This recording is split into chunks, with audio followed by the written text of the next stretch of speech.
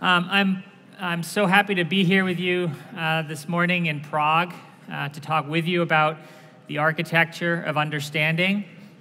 I have posted my slides on SlideShare, and there's a link in Twitter.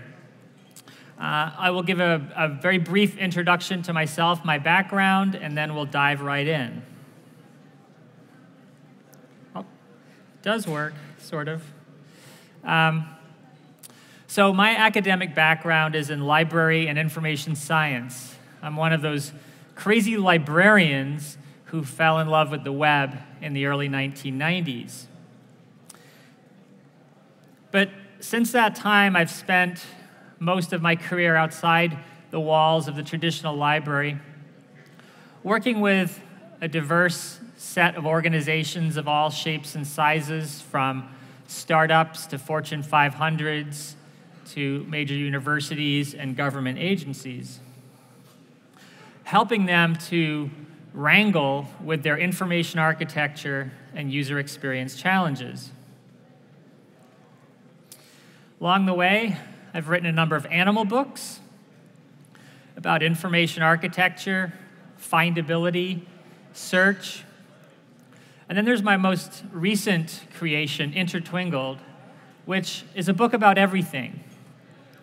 Or to be more precise, it's a book about how everything is connected from code to culture.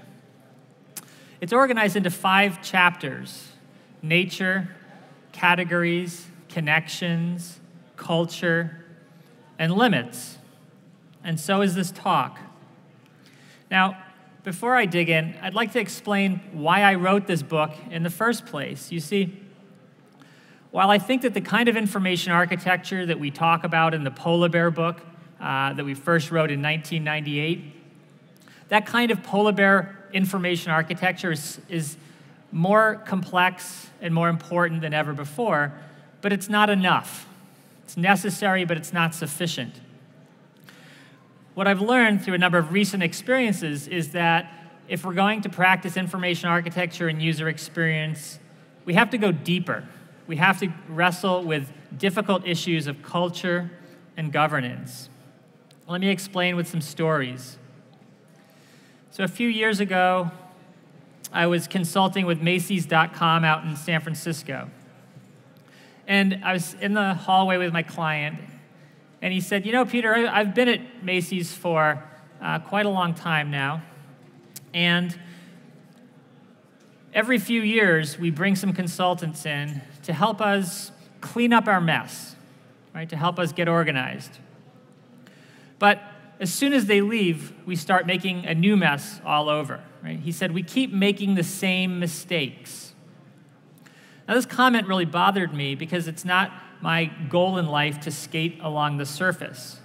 And so I decided I wanted to figure out how can we get through those cracks in the ice and go deeper to make lasting, sustainable change.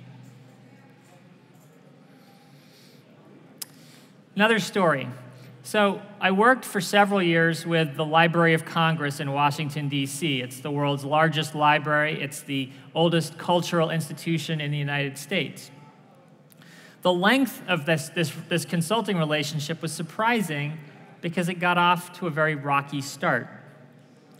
I was asked to evaluate the library's web presence.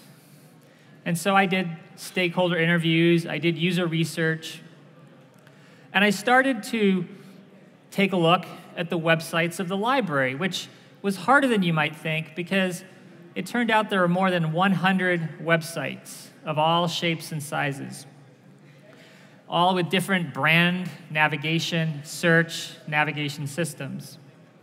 And of course, users had no idea which site to use for which purpose.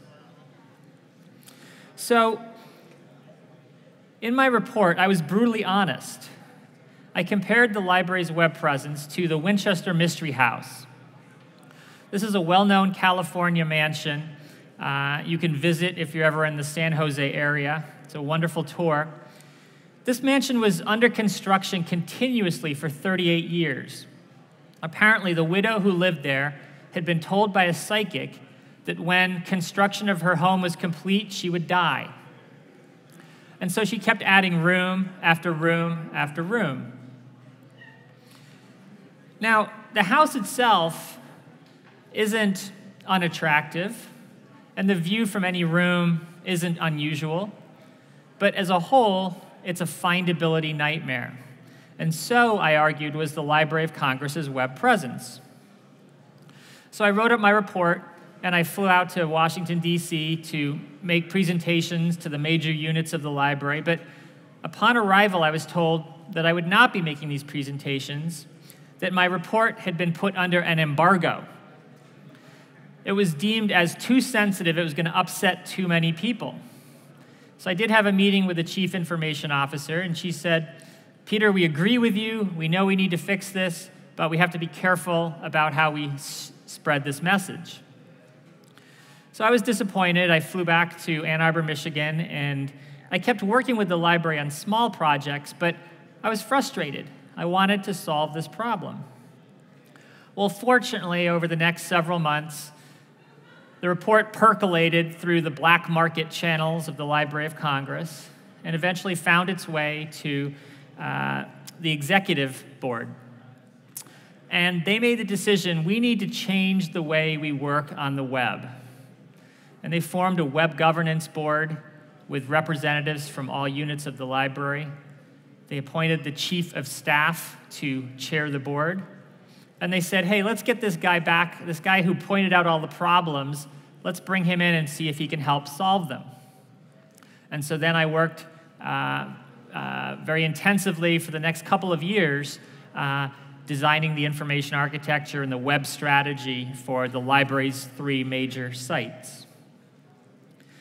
And we made a lot of great progress. We improved the search experience. We designed templates that dramatically made things more efficient. But we didn't go as far as I would have liked. And to explain that, let's look through a different lens, the lens of the org chart. So when I was first brought in by the library, I was invited by a middle manager. And from that middle management perspective, we could see the problem, but we couldn't solve the problem. We didn't have the authority. Now, when the library made that governance change, when they formed a web governance board and appointed an executive as the champion, we then had the authority to move forward, and that's how we were able to make some progress. So why didn't we go far enough? Well, all those boxes on the org chart, behind every one is a team or many teams of people. There are thousands and thousands of people who work at the library, and collectively, they make up a massive culture that's very difficult to change. We were trying to shift the library towards a more centralized model, and of course, we encountered lots of resistance and pushback from units that were used to operating more independently.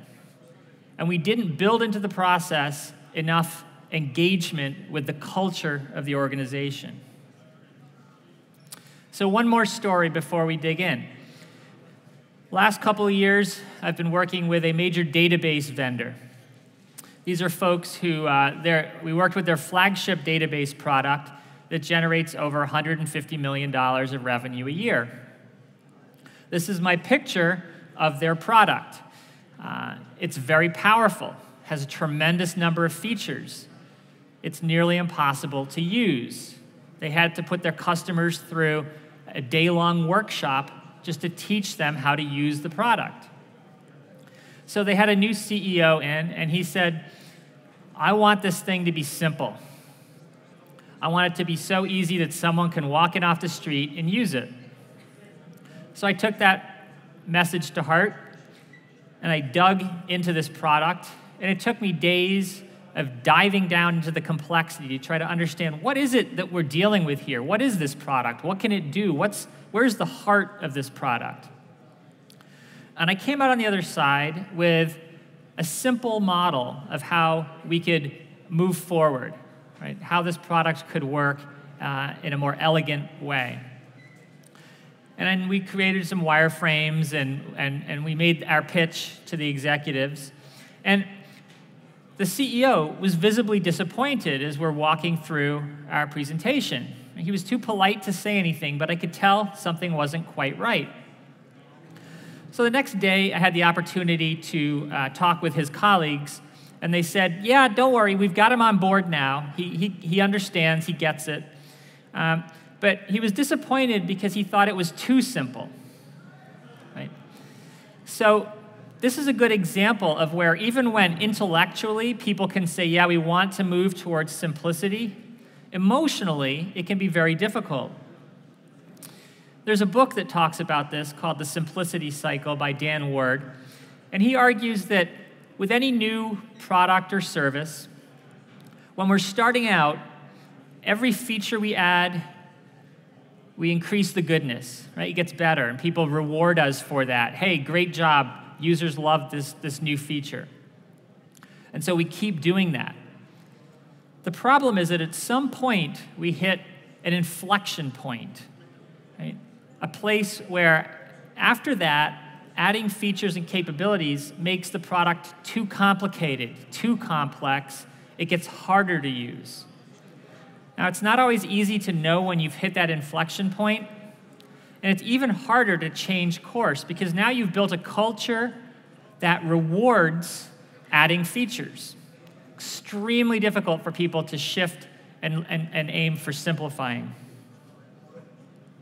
But that's precisely what I view my responsibility when I work on large websites and large software products is I need to take a journey from a simplistic understanding, a superficial understanding of a product or service, digging down into the complexity so that I can come out the other side of this U-shaped journey of understanding with a simple, elegant model of how we can move forward.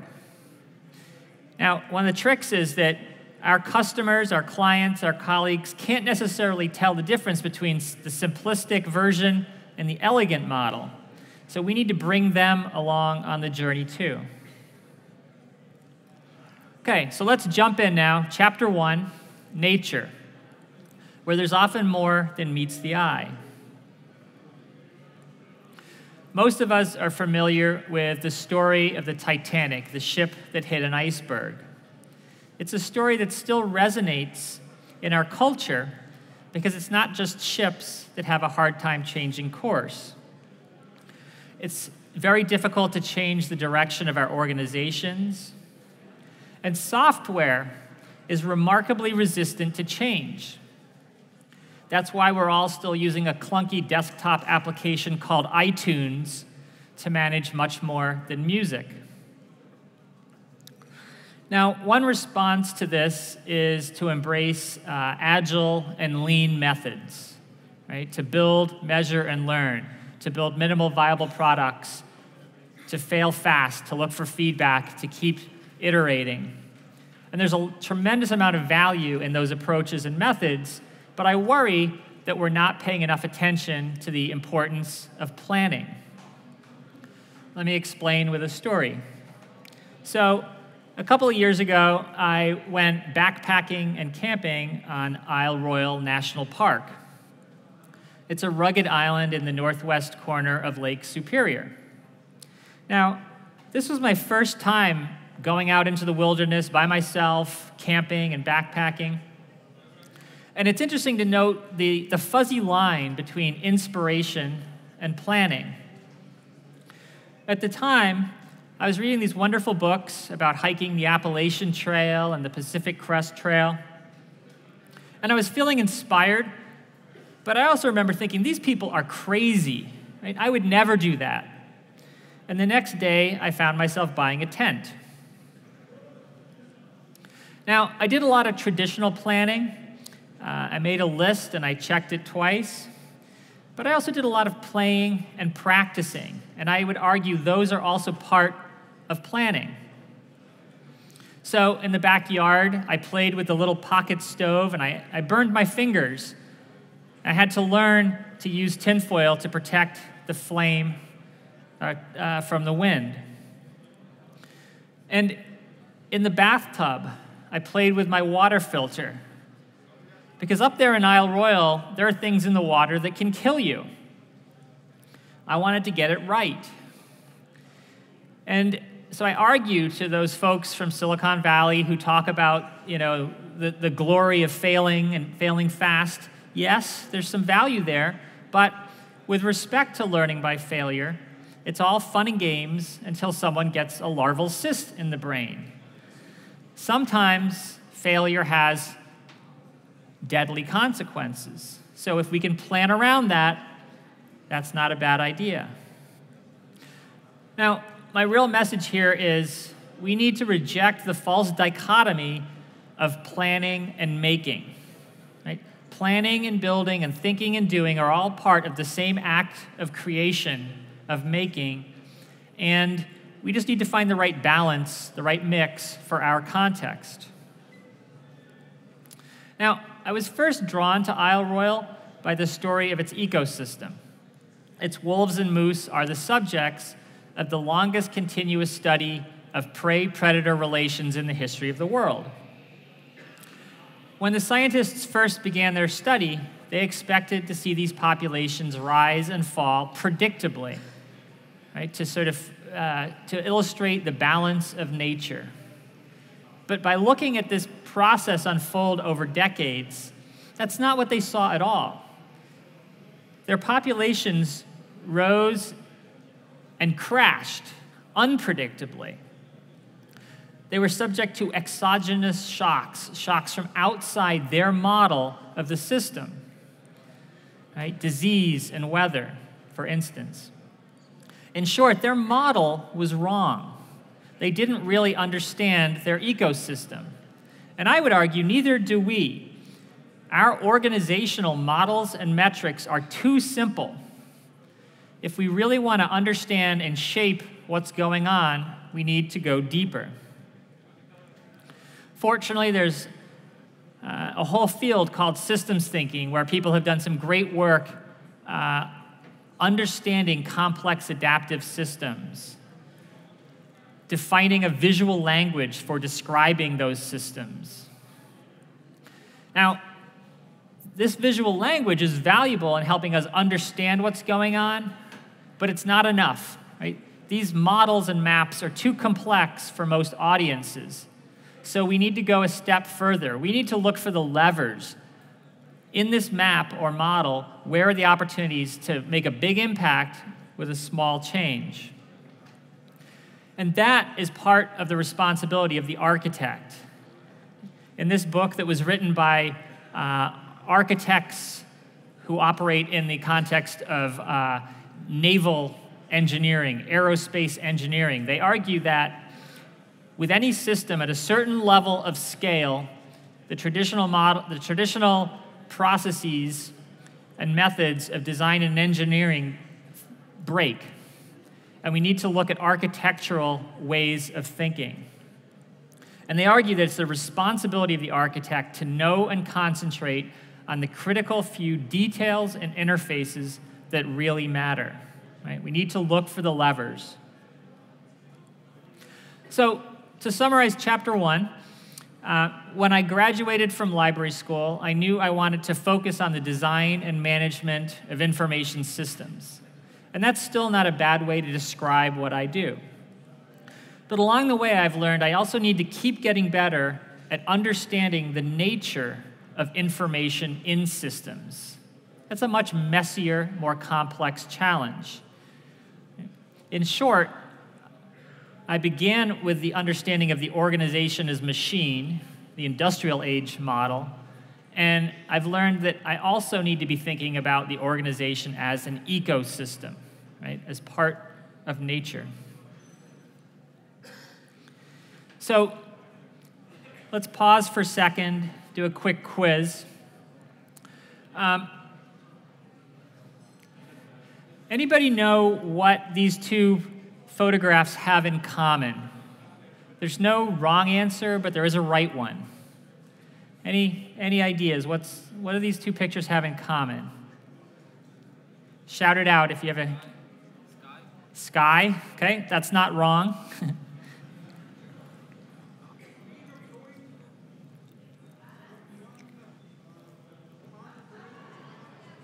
kind of a bridge idea. So it's a big audience and tough to do this. So in both pictures, we see keystones.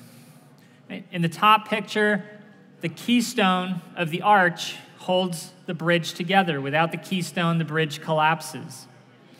In the bottom picture, the polar bear is a keystone species in the Arctic ecosystem. You remove the keystone species, the ecosystem collapses. Keystones are more important than we know. We'll come back to that idea. So we're going to talk about categories. I'll do another quick quiz, a little easier to do this way. How many people in the audience would self-identify as an introvert? Right? Raise your hand if you would, and my hand's up for this one, okay? Pretty good number, maybe half. How many would self-identify as an extrovert? Raise your hands. Okay, just maybe not quite as many. How many people have yet to raise their hand? Okay, about a third maybe. Good. We use categories because they're valuable, but they're also troublesome, right? They make us uncomfortable. We don't like being put in a category. There's a wonderful book called Sorting Things Out, Classification and Its Consequences, in which the authors argue that classification is dangerous, but not bad. I've always liked that way of phrasing it, dangerous, but not bad. Now, everyone knows that information architects deal with categories. We design taxonomies and navigation systems. We think about metadata, what labels to put on the homepage. We think about categories from the perspective of user experience, but also search engine optimization, findability. I would argue that our work with categories doesn't go deep enough, because categories are the cornerstones of cognition and culture. They shape who we are, what we do, what we believe, far more than we know. Now, our default is the bounded set. Okay? There's a clear boundary. Things are either in or out. You're either with us or with them. We use it because it's simple, but that's also precisely why it's wrong. In fact, most categories are fuzzy. There's a center and a periphery, but no clear boundary. We don't have clear rules, but we can kind of gauge what's in and out more. It's more of the you know it when you see it. Then there's the centered set. This was an idea created by a missionary called Paul Hebert. He was a missionary in India in the 1970s. And he was frustrated by Christianity's traditional rules of inclusion and exclusion. So he proposed a model that was more focused on direction than location. He argued that a Christian is anyone who is moving towards Christ, independent of how long their relationship is with the church. It was a more dynamic, inclusive model. And I think it serves as a good inspiration to remind us to stay creative about how we classify and categorize. There's a wonderful scene in the movie The Life of Pi in which young Pi is told that he cannot be a Hindu, a Muslim, and a Christian. It's impossible. He must choose. And to which he responds, but Gandhi said all religions are true. I just want to love God. Sometimes we must choose which story we prefer, but not always. And yet all too often, we use radio buttons when checkboxes or sliders would better reveal the truth. We do it to our users, and we do it to ourselves. Okay, chapter 3. Let's talk about connections in space, but also in time. So, back in the 1990s, information architects used hyperlinks to connect web pages to make websites. Then, with the advent of mobile and social and cross-channel user experiences, we realized we needed a medium-independent way of defining what we do. We make paths and places that bridge physical and digital spaces. Of course, our work has always operated on a deeper level. The categories and connections that we make on the web and in the world inevitably change our minds. We've tended to focus on space, but I would argue that we need to get better at understanding and mapping the consequences of our actions over time.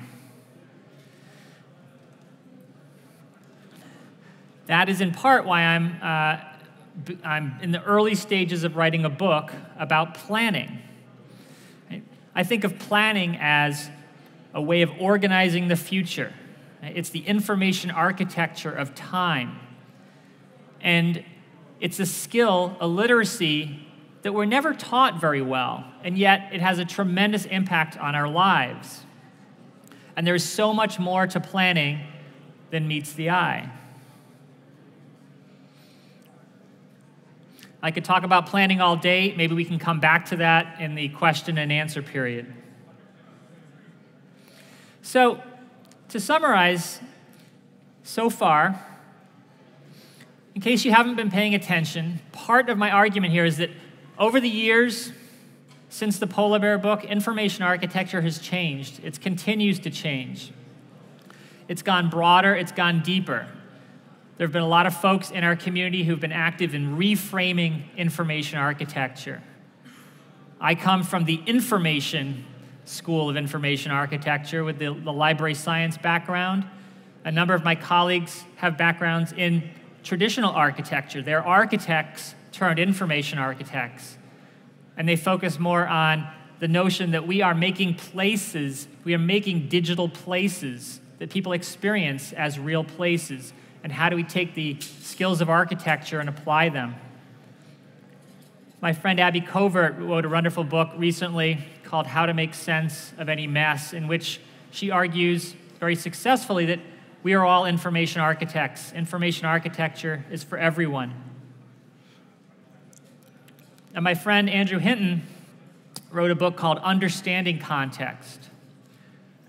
That's one of the major lessons that we have learned is we need to go deeper in understanding the context and the culture if we're going to be successful.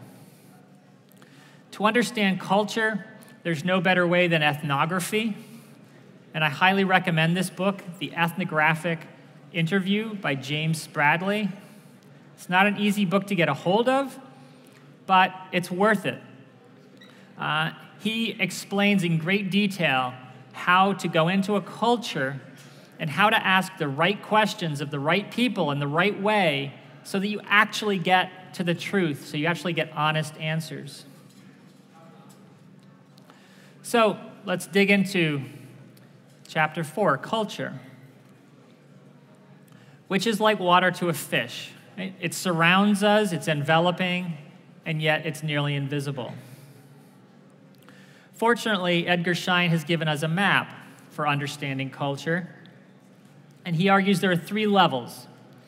At the surface are the artifacts. We can walk into any organization and we can see what are people wearing, what are the pictures that are on the walls, how do people interact in a meeting. And we can learn from these superficial artifacts, but we don't understand the why behind them. To get to the why, we need to talk to people. We need to ask them about their values, their strategies and goals. And they'll tell us a lot, but they won't tell us everything. In part because they don't want to. They're embarrassed or they don't want to share. And in part because they don't know, right? Part of culture is beneath the conscious level. To get to that 3rd level of underlying assumptions, we need to dig into the history of the organization. When entrepreneurs are beginning to start an organization, it's a very difficult, stressful time, and they adopt certain ways of doing and being and thinking that either work or don't. And if they work, if that organization is successful and grows, those ways of doing and being and thinking become embedded in the culture. They become part of the way we do things here. And that's fine. There's nothing wrong with that until you have a change in the external environment and those traditional ways break down. At that point, you first need a map. You need to understand what's going on before you can move forward and make change. Now, making change is very hard for individuals and for organizations, partly because, as Chris Argyris argued, double loop learning in organizations and individuals is exceedingly rare. We're fairly good at changing our actions or behaviors based on feedback or results. We try something, it doesn't work, we try something a little different. We are remarkably resistant to changing our beliefs based on feedback. We can find all sorts of reasons to keep our beliefs. Now, I had my own experience with double loop learning back in 2005. I was writing a book called Ambient Findability.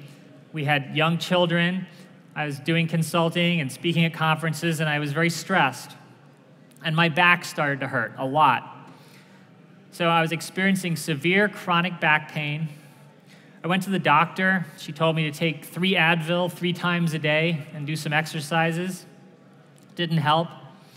So in desperation, I went to Google, searched on stress and back pain, and I found this book called Healing Back Pain, The Mind-Body Connection by John Sarno. At first, I was skeptical, right? Who is this guy? Why should I trust him? Maybe he's just out to sell books. In fact, I had to read the book 2 or 3 times for its message to fully sink in, for me to really change my beliefs. And once I did, the pain went away. It was one of the strangest experiences in my adult life, and it completely changed my perspective on Western medicine. I still think we have miracles of Western medicine, but we also have tremendous mistakes and lots of suffering. Now, if you want to go down that rabbit hole, this is a great place to start. Hippocrates' Shadow talks about a lot of the problems with Western medicine. Or you can go for the short quote. Nassim Taleb says, if you want to accelerate someone's death, give him a personal doctor. I don't mean provide him with a bad doctor. Just pay for him to choose his own. Any doctor will do. He argues that our society has a naive predisposition towards intervention. Just do something, even if we don't really understand what's wrong. Prescribe some medicine, do some surgery, right? It causes a lot of damage. Now, speaking of doctors, this is a picture of Dr. Roger Bannister breaking the unbreakable barrier, right? Running a mile in under 4 minutes in 1954. There's a wonderful story behind this. At the time, there were 3 men around the world, one in the US, one in England, one in Australia, all competing to break what had been called for a very long time an unbreakable barrier. No human would ever run this fast. And it raised the question, well, is this a coincidence that at the same time there were 3 people around the world that were so close to breaking this barrier? Well, it turns out it wasn't a coincidence. It was a story of how science and information work together to move people forward. This was the time when information about how to train, what to eat, was starting to flow around the world through international publications. And so these athletes were benefiting from knowledge that, of how to push the limits. It's worth remembering that back then, athletes were having their spleens removed because they thought it might make them run faster. This was an operation with 0 efficacy and a 1 in 3 chance of death. So people were doing crazy things. Science information started pushing us forward. We've made great progress. Since that time, we've experienced an information explosion. Information flows far more freely. But it's worth asking the question, have we passed an inflection point? Do we have too much information? Are we making better or worse decisions as a result of all this information? Which brings us to limits. And by the way, I've been told by an expert on snails, this snail can totally cross that gap.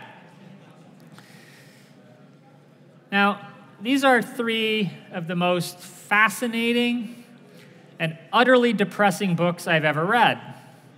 I recommend them highly, but you've been warned. They all argue that we are living beyond our limits.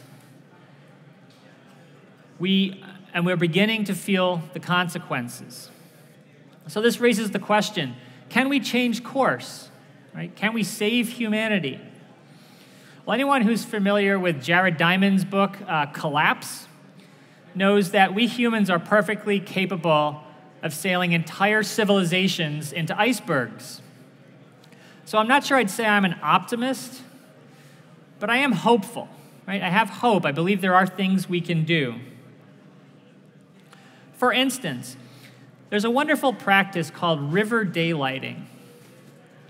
As we were building our cities, we polluted our rivers, and they smelled bad, and people didn't like them, so what did we do? We covered them over. Right? We buried the rivers, and we forgot about them. We forgot they were there. It worked for a while, but recently, many urban centers have begun experiencing increased flooding. Right? Lots of flooding, very expensive, costly flooding. And what a number of communities have done is they've begun mapping these underground rivers, right? Remembering that they're there, mapping them, spreading the message. And some folks have begun to come up with positive visions for bringing these rivers back to the surface, for daylighting these rivers. And there are communities in the US that I know of, in Yonkers, New York, in Kalamazoo, Michigan, that have brought their rivers back to the surface within their cities, demonstrated a positive return on investment, right? It actually saves money by investing in this, but it also leads to happier and healthier communities. These are now beautiful urban spaces. I think it's a great practice in and of itself, but daylighting is also a wonderful metaphor for the work that we do. I'll explain with one more story. I've been working with Baker Library at Harvard Business School. And one way to frame the work we've been doing is that we've been making the invisible visible. Now, the catalyst for the project was the fact that their website was horribly outdated. It was more than 10 years old. It was embarrassing. But they were smart enough to realize that if we frame this project as a website redesign, we will have failed before we begin. Because the web is now integral to the way that we work. So they framed it as an ecosystem project. Let's look at the whole ecosystem and how we can make improvements with the web as a piece. And so we had the opportunity to talk with the faculty of Harvard Business School about how they do research, their whole research process, and how the library can help. We did the same thing with MBA students at Harvard Business School to understand their life cycle as a student and the opportunities for intervention and help from the library. Now, I had one usability test with a student that's it's worth sharing the story. So I'm doing some usability testing on their website and using their databases. And I'm giving her simple tasks, or at least what the librarians would agree were simple tasks that they could do in a few minutes. But as I'm asking this MBA student to complete these tasks, she keeps failing. She can't use the databases. And after a while, she becomes frustrated and she feels the need to explain. And she says, I see the value in doing this. I want to be able to do this. In fact, I've been to the library before and asked the librarians to help me. But it just hasn't stuck. And she said, here's why. First of all, we're in the middle of the library when the librarian is trying to help her, which means we're trying to be quiet. They have a beautiful reading room that's very, very quiet. And the only people who are talking is the librarian and the student they're trying to help. And so she has a hard time paying attention because she's aware that they're disturbing others. Then she said, well, she showed me how to do things, but I forgot them once I left. Right? It didn't stick. And she said, I'd really like to learn how to do this, but maybe I'm just a totally dumb user. Okay? Now remember, this is a Harvard MBA student saying maybe I'm just too dumb. Now, as she's saying this, I was feeling sad because she was feeling sad. But I was also feeling happy because fireworks were going off in my mind. There's so many ways we can help this student. In fact, this was a wonderful validation of our holistic cross-channel ecosystem approach, because there were clearly things we could do with the physical environment to improve the experience, create a quiet place to have the reference interview. There were things we could do with the way the service is provided. The librarian shouldn't be doing things for her. Give the student the mouse and the keyboard. Have them do it so they have muscle memory. Record the session so they can refer back to it later. Share it with them in a digital space. And there were clearly ways we could improve the website and the connection with the databases and the how-to materials. So this was a cross-channel challenge, and fortunately we were taking that approach. Now, I need to wrap up in a couple of minutes, so let me give you a little bit of homework. When you go back to your organizations, I want you to map a system. Pick a system in your organization and map it. This doesn't have to be fancy. It can be sketched on the back of a napkin. Then I want you to map the context. Map the system beyond the system. And then I want you to share the map. Right? Share it with a colleague, a friend, send it to me if you like. The point is that we need to map these invisible systems and networks and processes we need in order to see them and in order to change them. So let me wrap up talking a little bit about architecture and information architecture. My friend Jorge Arango says that where architects use forms and spaces to design environments for inhabitation, information architects use nodes and links to create environments for understanding. If we're going to do this work, we need tools. We need microscopes that help us dig down into the details. We need a telescope to step back and see the big picture.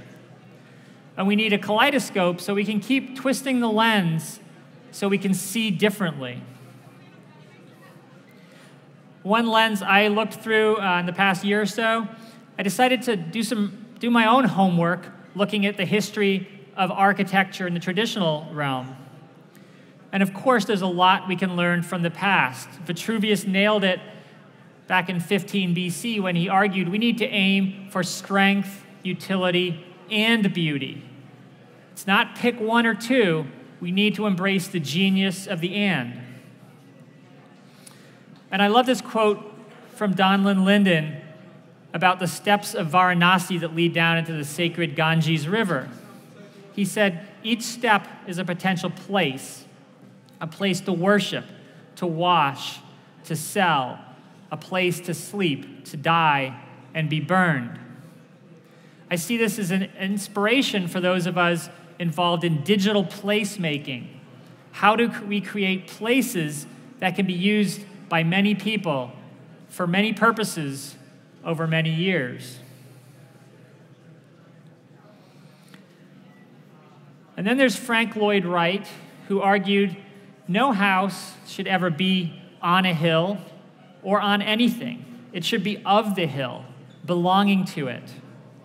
He was on a lifelong quest for what he called organic simplicity, the elegance of a wildflower in a field, and the wonderful way it illustrates the synthesis of form and function.